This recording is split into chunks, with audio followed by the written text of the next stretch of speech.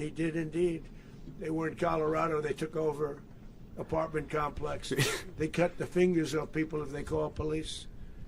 Okay. They were brutal. But they're not so brutal now.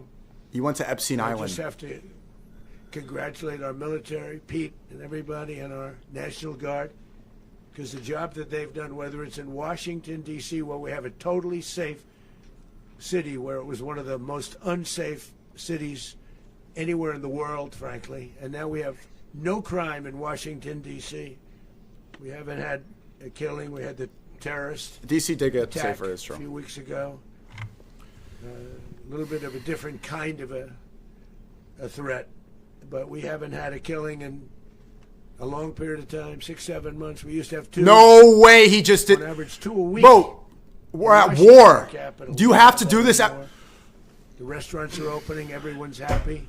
They're going. They're walking their daughters. They're walking their children, he's rage baiting. Their wives. They walk to restaurants. Restaurants are opening all over Washington, D.C.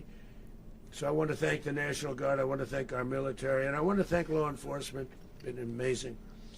And they should do it with more cities. We're doing it, as you know, and we're doing it in Memphis, Tennessee right now, and crime is down. We've just sort of started a few weeks ago, but crime is down now 77%.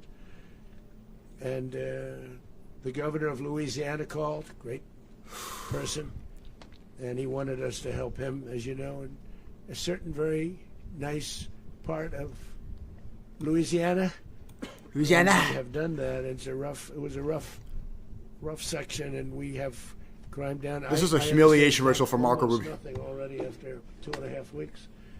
New Orleans, it's down to almost nothing. Oh, look at this fucking and guy. We've only been there for 2.5. Everyone here has kissed the wall, by the way. Can't imagine why governors wouldn't want us to help. We also helped, as you know, in Chicago. Then crime went down a little bit there. We did a very small help because we had no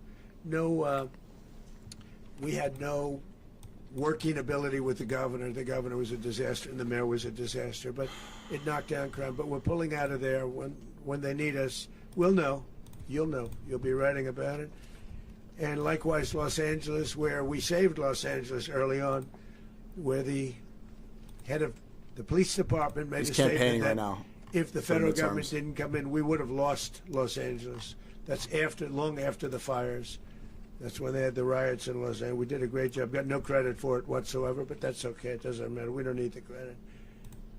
But we'll be pulling out when they need us. They'll call. I don't need the credit. Go back if we have to. Humble we'll bragging. Go back.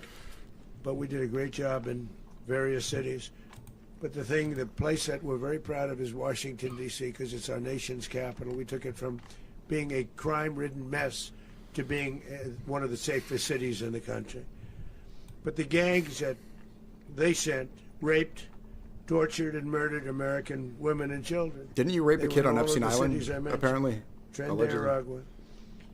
And they were sent by Maduro to terrorize our people, and now Maduro will never again be able to threaten an American citizen or anybody from Venezuela. There will no longer be threats. Why did you kidnap his wife? I highlighted the stories of those innocent Americans whose lives were so heartlessly robbed by this Venezuelan terrorist organization. Really one of the worst. One of the worst. They say the worst. Americans like 12-year-old Jocelyn Nungari from Houston. Beautiful Jocelyn Nungari. You don't know what she looks like. They, as you know, they speed up, bro. Assaulted and murdered. You sound sleepy. By Aragua animals. They murdered Jocelyn. I think it sounds like Joe Biden right now. And left her dead under the bridge. There was a bridge. How are you bored after war? Why is he bored? Never be the same to so many people after seeing what happened. People. As I've said many times, the Maduro regime emptied out their prisons, sent their worst and most violent monsters into the United States to steal American lives. And they came from mental institutions and insane asylums. They came from prisons and jails. The reason I say both, they sound similar. Actually, prisons, a little bit more. Wow. A little bit more hostile, a little bit tougher. Wow. The mental institution isn't as tough as an insane asylum, but we got them both. They sent from their mental institutions. They sent from their jails, prisons. They were drug dealers. They were drug kingpins. They sent everybody bad into the United States. But no longer. And we have now a border where nobody gets through. In addition, Venezuela unilaterally seized and sold American oil, like American assets and American platforms, costing us billions and billions billions of dollars. and billions. They did this a while ago, but we never had a president that did anything about it. They took all of our property. It was our property. We built it. And we never had a president that decided to do anything about it. Instead, they fought wars that were 10,000 miles away. We built Venezuela oil industry with American talent, drive, and skill, and the socialist regime stole it from us during those previous administrations, and they stole it through force. This constituted one of the largest thefts of American property in the history of our country. Considered the largest theft of property in the history of our country. I don't know, like, you need a line of Maduro's coke right now. Oil infrastructure was taken like we were babies. Do a bumper with that Maduro. I would have done something about it. America will never allow foreign powers to rob our people or drive us back into and out of our own hemisphere. That's what they did. Furthermore, under the now deposed dictator Maduro, Venezuela was increasingly hosting foreign adversaries in our region and acquiring menacing offensive weapons that could threaten U.S. interests and lives. And they used those weapons last night. Potentially in league with the cartels operating along our border. All of these actions were in gross violation of the core principles of American foreign policy. We were doing blow right here. More than 2 centuries. We were off that Maduro in this And fic. not anymore. All the way back, it dated to the Monroe Doctrines. And the Monroe Doctrine is a big deal. But we've superseded it by a lot. By a real lot. Cut off Marco Rubio's face in half I'll again. go with the Monroe document. I don't know. With the frame. It's Monroe Doctrine. We sort of forgot about it. It was very important, but we forgot about it. We don't forget about it anymore. Under our new national security strategy, American dominance in the Western Hemisphere will never be questioned again. Won't happen.